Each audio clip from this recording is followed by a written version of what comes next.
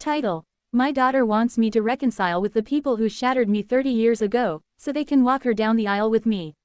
I told her I won't be there. I can't. I've been a lurker on Reddit for years. I read stories like mine all the time. Never commented. Never posted. Always thought maybe one day I'd have the guts to put my pain into words. Maybe today's that day. This happened over 30 years ago, but the wound is still fresh. It still bleeds. It still screams when touched. Back then, we had a big family dinner at my cousin Daniel's house. I stepped outside for a smoke, yeah, bad habit, I know, and saw this girl laughing with some kids in the garden. She looked radiant, long curly auburn hair, sun-kissed skin, and a laugh that made you stop and listen. Like the world paused for her. I asked Daniel, "Hey, who's that?" He gave me this crooked smile. Too crooked, in hindsight. "That's Patricia. She lives next door. Want me to introduce you?" Of course I said yes. He walked up to her, chatted a bit, then waved me over. "Pat, meet my cousin, Mac. Mac, this is Patricia." We hit it off instantly. She was warm, witty, kind. Or so I thought. We exchanged numbers, and despite me living several hours away, we stayed in touch. I couldn't see her often, so I'd text Daniel now and then, asking him to check in on her for me. I had no idea I was feeding information to the man gutting me behind my back. 2 years later, I made the trip out to see her again. She looked even more beautiful than I remembered. I was head over heels. Without even thinking it through, I just blurted it out. "Patricia, will you marry me?" No ring, no grand gesture, just raw emotion and love I thought was real. She looked shocked, but she said yes. I was ecstatic. I told her I wanted her to meet the rest of my family at the next dinner and that we'd announce it together. She agreed. The next family dinner came. I was late. I stopped by a jeweler and bought a ring that tore a chunk out of my savings. A ring I picked with trembling hands because I wanted to do it properly. I rehearsed what I'd say in the car. "Patricia, I've never been good at saying the right words. But with you, it's always felt easy. Like I belong. I want to spend the rest of my life making you laugh like that first day I saw you in the garden." I imagined the joy on her face. I imagined everyone clapping, crying, toasting to our love. Finally, something real, something mine. But when I walked into the backyard, no one noticed me. They were all buzzing, laughing, hugging, and at the center of it all, Daniel and Patricia. Arms around each other, radiating joy. Someone clapped. Congrats to Daniel and Patricia.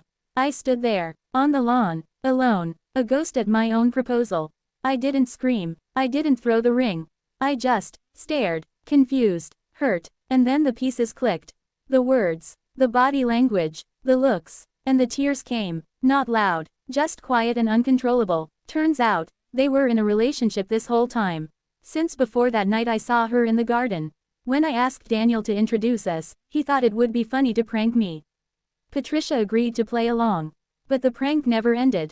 We clicked, we kept talking, and Daniel, my cousin, knew. Every time I asked him to check in on her, he knew she and I were falling into something real. He confronted her about it. They decided to find the right time to tell me. They never did. She told me, yes, when I proposed because she panicked. Immediately called Daniel. They made a plan, announced their engagement before I could. They even told my parents before I got there. My mom pulled me aside like I was a child. "Mac, let's be adults about this. Things got messy, but you'll understand in time." Understand what? That I was the butt of a 2-year-long joke. That my love was a prop for their amusement. I left, got in my car, drove to my friend Jeremy's house. And I drank. I drank like I thought if I swallowed enough whiskey, the betrayal would vanish. That if I passed out, I'd wake up and it would all be undone. My friends saved me. Jeremy, Luke, Tanya, my ride or dies. They cut off the outside world. Shielded me while I was bleeding out. They screened everything. Messages, voicemails, emails. They didn't judge. They didn't say, "Move on." They waited. They sat. They listened. They kept me alive. When I finally sobered up, they showed me everything. Greater than, "Mac, don't throw the family away over a misunderstanding. Daniel didn't mean harm. Patricia still cares about you like a brother. Let's move past this, okay?" Aunt Cheryl even said, "It was just a joke gone too far. You should laugh about it now." Laugh about a knife in the back. I blocked everyone, every single one of them.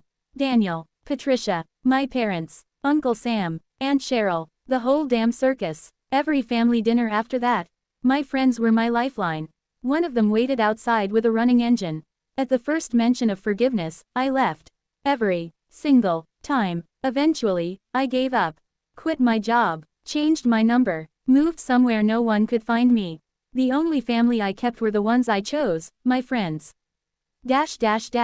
Fast forward 30 years. I'm married now. 3 amazing kids, Leah, Ava, and Eli. They know everything. I told them the truth. No sugarcoating. No, but they meant well. Just the ugly truth. Leah, my oldest, is getting married next month. She's my pride and joy. My everything. So when she brought it up during dinner, I froze. Dad, I've been talking to Uncle Daniel. My fork clinked against the plate. Her words were a trigger. A poison, she continued, carefully, rehearsed. I think it's time. 30 years is a long time to hold on to hate. I want you and Uncle Daniel to walk me down the aisle. Together, like family should. I didn't yell. I didn't throw anything. I just stared at her. The way a man stares at a second betrayal, disguised as a request. Explain what you mean, I said, my voice low. So I don't misunderstand. She talked about healing, closure, her cousins, her dream wedding, then the knife. Please, just be the bigger person. Stop letting your pride dictate your actions. I packed a bag, walked out, checked into an Airbnb. 3 days later, she came. With them, Daniel and Patricia. I stared at them. Strangers. Ghosts from my nightmares. You can invite whoever you want to your wedding, I said. But if they're there, I won't be. You know what they did to me. And I'm still bleeding. I won't let my blood stain your white dress. We argued. It got ugly. And they left. Days passed. All 3 of my kids showed up. Worried, pleading, telling me I needed to get my suit ready. The rehearsal was coming. They found me drunk, crying, hollow. I wasn't their father anymore. I was a shell of the man they knew. They stepped forward to comfort me. But someone blocked them. Jeremy. He was already there. I invited him to the wedding. He showed up early, but he wasn't alone. He'd seen Leah's Facebook post about Daniel. He called the others. My ride or die crew. They came. Just like before. No questions. No judgment. I called them, Jeremy said. Saw your messages. Knew you needed us again. They formed a wall around me. Like before. And suddenly, I wasn't alone anymore. I had my voice again. You want the truth, I slurred. You want to poke my wounds. Be ready to get blood on your hands. I was betrayed, not just by Daniel, not just by Patricia, but by everyone who said, just move on. Everyone who laughed while I lived a lie. Everyone who dismissed my pain like it was inconvenient. I pointed at Leah, my voice trembling. I love you, but what you did, what you asked of me. You broke me again. You didn't just reopen a wound. You shoved the knife back in. They wanted to hug me. My friends held them back. They left, crying. You can call me bitter. Call me angry. Call me broken. But let me ask you this. If someone stabbed you in the heart, laughed while doing it, and then 30 years later asked you to hug them for the cameras, would you? Would you smile for the people who made your pain a joke? Because what they did wasn't a prank. It was character assassination. A betrayal so deep, I've never healed. And if anyone dares to say, family is everything, I'll agree. But they weren't my family that day. And they aren't now. You can't break a man and expect him to be okay. TLDR, my cousin and the woman I loved betrayed me 30 years ago. My family chose their side. I cut ties and built a new life. Now my daughter wants me to reconcile and walk her down the aisle with the man who shattered me. I told her no, and I meant it.